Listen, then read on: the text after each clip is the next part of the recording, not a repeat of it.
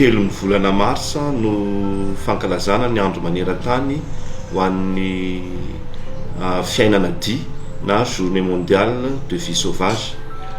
Isika eto Madagasikara dia manana tombony manokana satria karazany zava-mananaina 10,000 eto ambonin'ny tany dia eto amintsika ihany no misy azy.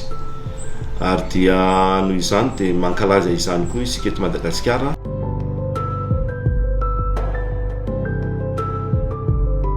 Amin'ny faritra rovana menabiantomena maro zany ny karazam-biby sy zava-maniry izay tsy fahita afa-tsy ao amin'ny toeran'io, ary anisan'ny mampiavaka ny toeran'iny koa ny ala maina.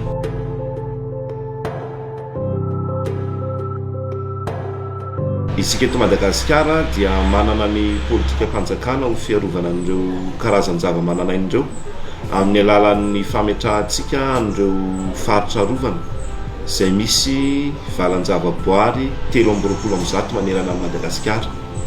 Ireo 320 ireo dia eo amin'ny 7 hektara 7 millions d'hectares zany eo ny velarana misy azy ireo, ary ao anatin'izy ireo dia ahitana an'izay lazaintsika hoe karazany zava-mananaina tsy fahita raha tsy eto Madagasikara zay. Ny politikan'ny fanjakana moa dia mazava tsy misaraka ny fiarovana ny tontolo iainana sy ny asa fampandrosoana, satria maro be ireo loharano-karena izay tovozitsika avy amin'ny fisian'ireo faritra rovana sy valan-javaboary ireo.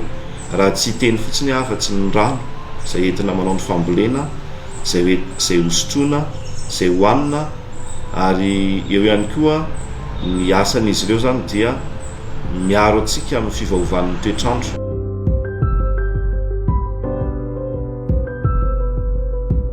Miaraka nanangana ilay antsoina hoe coalition pour les aires protégées de Madagascar, miaraka tamin'ny FAPBM na fondation pour les aires protégées de la biodiversité de Madagascar sy ny Madagascar National Parks MNP, mba ahafahantsika mitantana maharitra an'ireo valan-javaboary ireo mba hitoizana izay hoe loharano-karena voajanahary izay omen'izy ireo sy ilay fanalefahana ny fiantraikan'ny fivaovan'ny toetrandro eo amin'ny fiainantsika.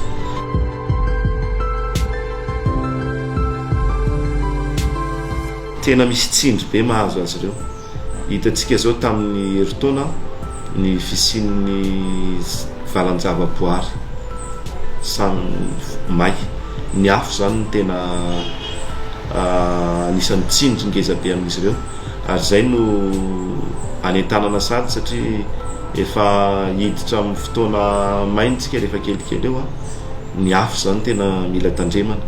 Eo ihany koa ny tsindry izay mahazo azy ireo ilay fanondranana tsokosoko, iny koa zany dia anisan'ny tena hiadivana mafy koa ary fanomezan-tanana amin'ny hery velona rehetra ny ahafahana miady sy misoroka ny karazana fanondranana tsokosoko.